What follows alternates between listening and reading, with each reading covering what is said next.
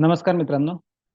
आपण आपल्या आजच्या लर्निंग व्हिडिओमध्ये एक अशी स्ट्रॅटर्जी किंवा एक कॅन्डलस्टिक पॅटर्न बघणार आहे, की जिचा यूज करून आपण एक स्विंग ट्रेडिंग पण आणि एक इंट्राडे ट्रेडिंग सुद्धा म्हणजे दोन्ही टाईपचे आपण ट्रेड्स याच्यामधून प्लॅन करू शकतो किंवा याच्यामधून आपण ट्रेड्स घेऊ शकतो. ही जी स्ट्रॅटर्जी आहे ती मी स्वतः मागील काही वर्षापासून यूज करतोय आणि माझ्या जे पण स्टुडंट आहेत त्यांना पण मी ही स्ट्रॅटर्जी पुढे त्यांना पास ऑन करतोय. तर हिचा एक एक मी यूज केल्यापासून मला ह्या एक स्ट्रॅटर्जी एक चांगला एक अनुभव किंवा एक चांगली एक मला रिझल्ट आपल्या ह्या स्ट्रॅटर्जीचा मला बघायला भेटला आहे. म्हणूनच मी ही स्ट्रॅटर्जी एक तुमच्यापर्यंत पोहोचवायचा एक प्रयत्न करतोय. बेसिकली ही स्ट्रॅटर्जी म्हणजे काय आहे, तर ही एक कॅन्डलस्टिक पॅटर्न आहे. तर ते कॅन्डलस्टिक पॅटर्न वरती कशा प्रकारे आपण एंट्री आणि एक्झिट घेऊ शकतो किंवा हिचा आपण कशा प्रकारे यूज करू शकतो हे मी सांगणार आहे, की ज्याच्यामध्ये आपल्याला कमी रिस्क मध्ये आपल्याला एक एक हाय रिटर्न आपल्याला एक्सपेक्ट होतात किंवा एक आपण कमी रिस्क मध्ये आपण रिस्क रिवॉर्ड आपण चांगला मेंटेन करू शकतो. तर ही स्ट्रॅटर्जी किंवा ही कॅन्डलस्टिक जर आपण बघितलं तर ही एक अशा टाईपची एक बुलिश हरामी कॅन्डलस्टिक पॅटर्न आहे, की जिच्यामध्ये आपण बघितलं बुलिश हरामी कॅन्डलस्टिक काय आहे. तर सिंपल एक जी रेड कॅन्डल नंतर एक ग्रीन कॅन्डल फॉर्म होते आणि ती ग्रीन कॅन्डल ही जी पण आपली पाठीमागची जी पण रेड कॅन्डल असेल तिच्या जो हाय आणि सपोज हा लो आहे, तर ही जो जो बॉडी तयार झालेली आहे ही रेड कलरची, तर त्याच्या आतमध्ये असते की जो तिचा हाय पण ब्रेक करत नाही आणि लो पण ब्रेक करत नाही. बरोबर. तर त्याच्यामध्ये ही अशा पद्धतीची कॅन्डल्स असते, तर तिला आपण बुलिश हरामी कॅन्डल बोलतो.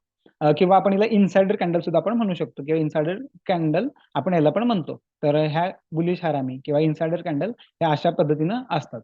ठीक आहे. ह्या 2-3 टाईपचे आपण इनसाइडर कॅन्डल किंवा बुलिश हरामी कॅन्डलस्टिक असते. तर याच्यावरती ट्रेड आपण कसा प्लॅन करायचा किंवा याच्यावरती आपण कशा पद्धतीने आपण ट्रेड घेऊ शकतो इंट्राडे किंवा आपण शॉर्ट टर्म साठी, तर ते पण आपण बघूयात.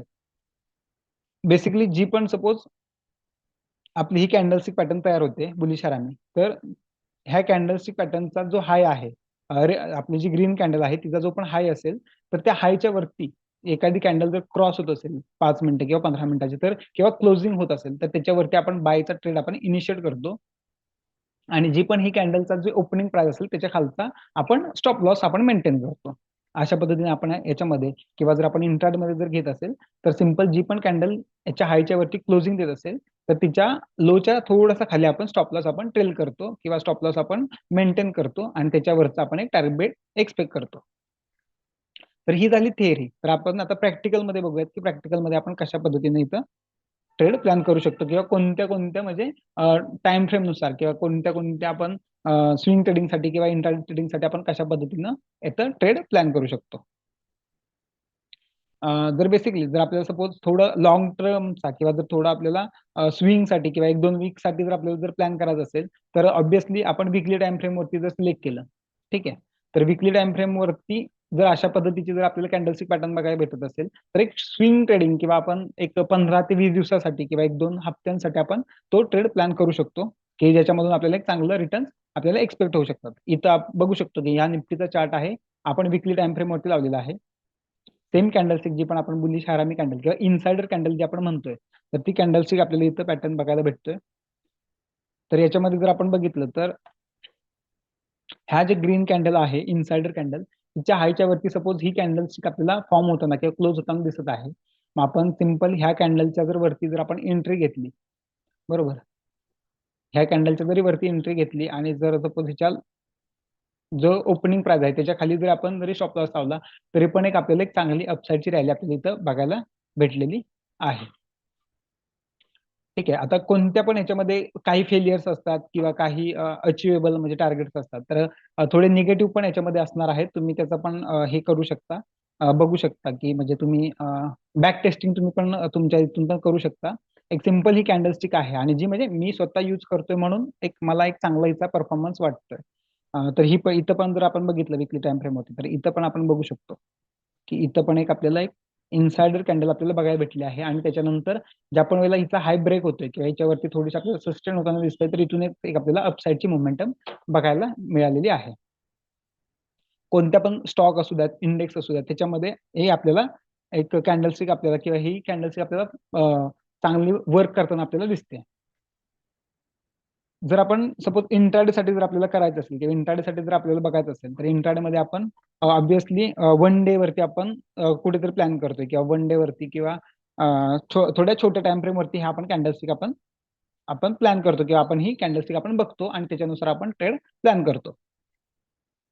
असंच जर आपल्याला जर बघायचं म्हटलं की पाठीमागचा जर आपण समजा थोडासा जर परफॉर्मन्स जर बघायचं म्हटलं तर आता रिसेंटलीच आपण एक ट्रेड घेतलेला ओएनजीसी मध्ये. तर ओएनजीसी मध्ये जर आपण बघितलं तर विकली टाइम फ्रेम वरतीच आपण म्हणजे मी तरी मेजरली जर सपोज मला जर स्विंग ट्रेड साठी जर बघायचं आहे तर मी मेजरली फॉलो करतो मल्टी टाइम फ्रेम अनालिसिस. मग त्याच्यामध्ये मी आधी मंथली विकली आणि डेली अशा 3 टाइम फ्रेमचा अनालिसिस करतो आणि त्याच्यानंतर मी कोणत्या पण स्टॉक्स मध्ये ट्रेड घेतो. तर ओएनजीसी मध्ये आपला ट्रेड चालू होता किंवा अजून सुद्धा आहे आपला ट्रेड याच्यामध्ये चालू.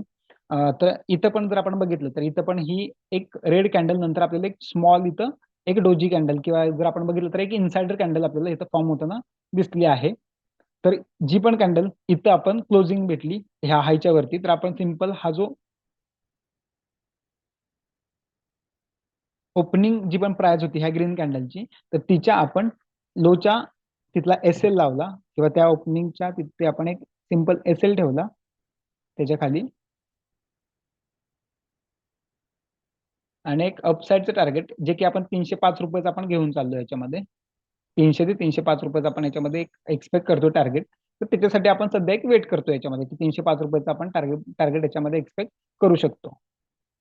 फर्स्ट आपलं टार्गेट 300 रुपयाचं आहे आणि त्याच्यानंतर 305 रुपयाचं आपलं सेकंड टार्गेट आहे.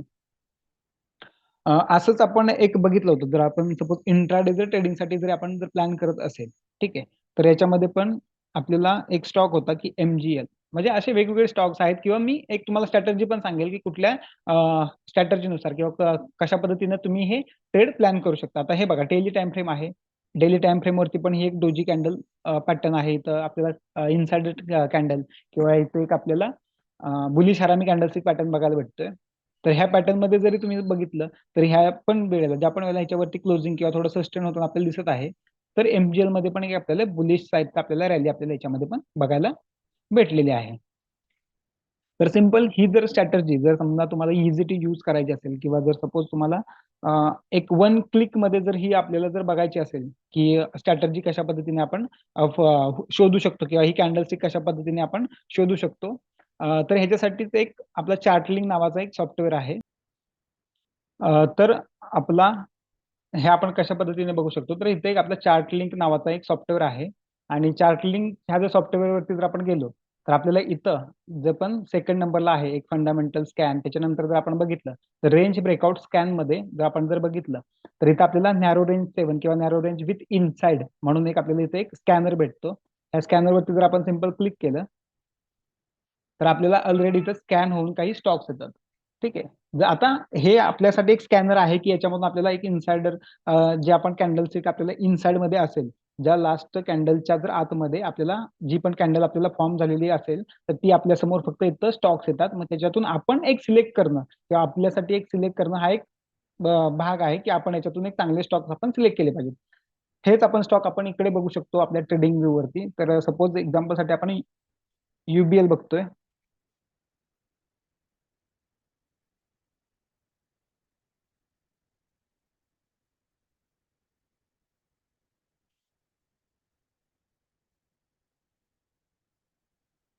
युबीएल वरती आपण जो पण तो चार्ट लिंकचा स्कॅनर आहे तो ऑटोमॅटिक डेली टाइम फ्रेम वरती सिलेक्ट झालेला असतो.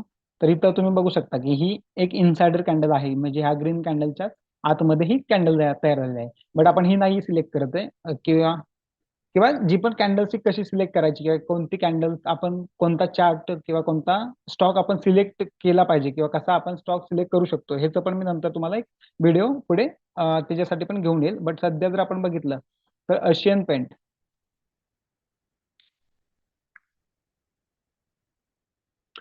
एशियन पेंटचा हा जर चार्ट बघितला आपण तर सिंपल आपल्याला एक समजू शकतं की एक स्टॉक्स मध्ये एक मंदी नंतर एक आता कुठेतरी कन्सॉलिडेशन चालू आहे आणि कन्सॉलिडेशन नंतर जर आपण बघितलं तर कन्सॉलिडेशन मध्येच आपल्याला इथे एक डोजी टाईपची कॅन्डल किंवा एक इनसाइड कॅन्डल आहे आणि एक डोजी टाईपची कॅन्डल आहे. मग जर आपण जर इथं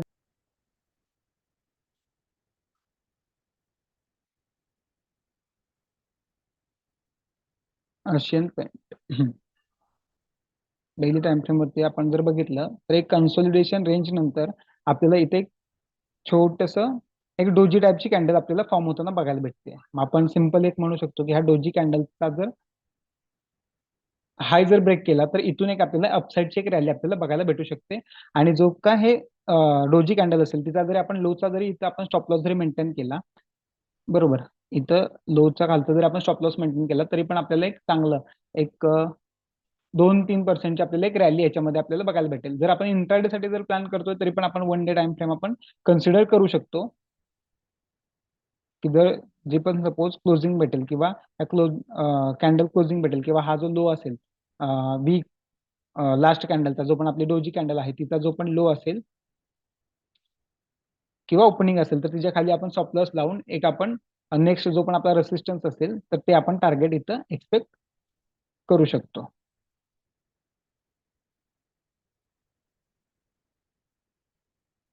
किंवा जर अजून जर आपण जर स्टॉक जर बघायला बघितलं तर दुसरा आहे मुथूट फिनान्स. तर दुसरा एक मुथूट फिनान्स.